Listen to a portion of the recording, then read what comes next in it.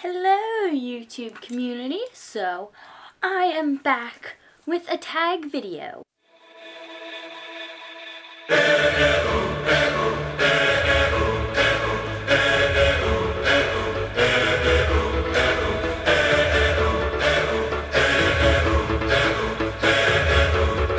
And I saw this on Jessie the Reader's YouTube and was like, I need to do that.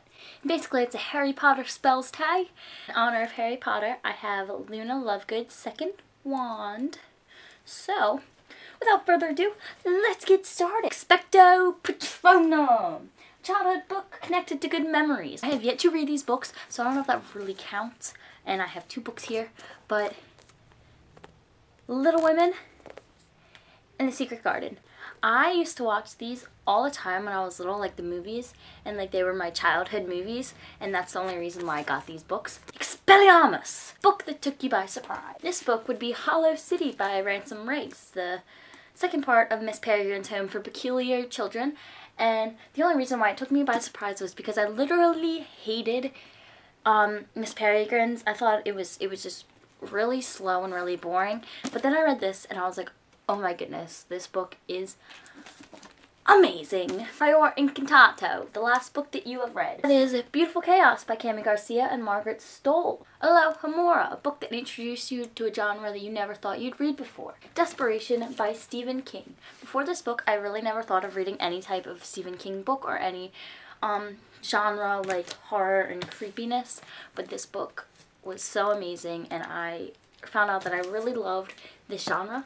So, thank you, Stephen King, and thank you, Desperation. Riddikulus, a funny book you have read.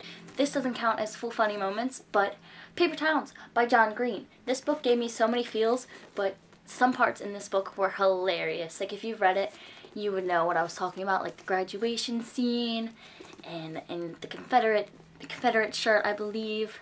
Sonorus, a book you think everybody should know.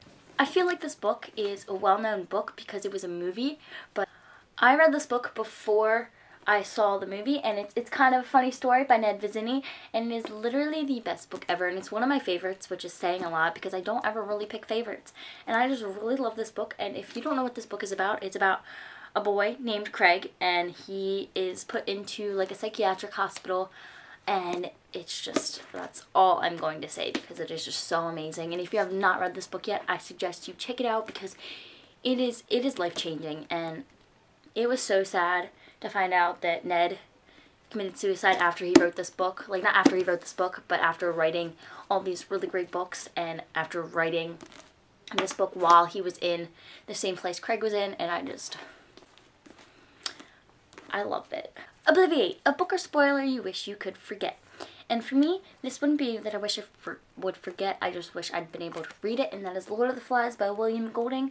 I have tried reading this book like 4 times, and I have not been able to get through it, and after doing a research paper on it, I now know everything that happens with this book, so I kind of see it as pointless to be reading this. But I do want to try and finish it sometime because the concept in the background of the book is really amazing, and it goes a lot deeper than just what's going on the island.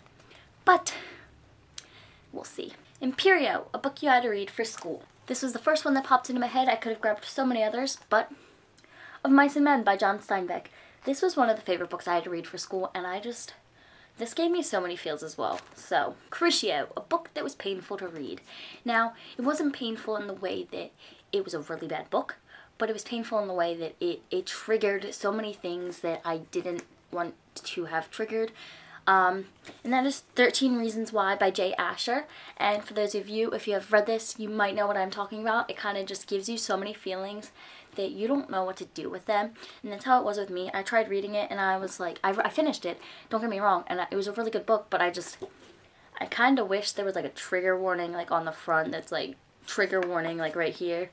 But if you haven't read this book yet, I suggest you check it out. There's a really great concept behind it, even though it didn't really talk about how to deal with suicide and stuff like that. There is things in the back that they asked Jay Asher, and there's also the suicide hotline, I believe, in the back of the book, unless it's just with my book. I think it's with all the books.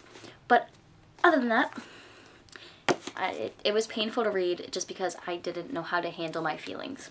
Avada Kedavra, a book that could kill, interpret how you will. And Jesse, I see your allegiance, and I raise you. The Great Gatsby by F. Scott Fitzgerald. And for those of you who have read this book, you would know why I'm raising this. Yeah, it was bad for Allegiant to be held up, but hello, The Great Gatsby. This book is one of my favorite books of all time. It's like one of my favorite classics, and it was one of my favorite books to read in school. Correction, it was my favorite book to read in school. And then the ending came, and I was just like,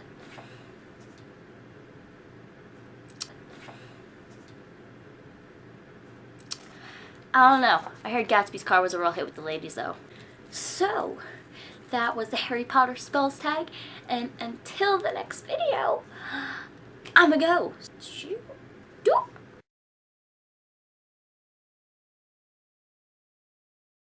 And in honor of Harry Potter,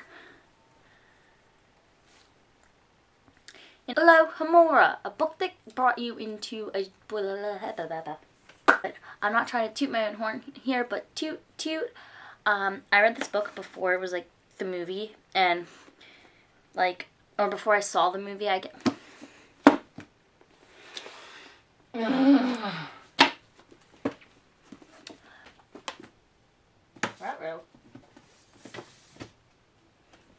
I forgot to grab it.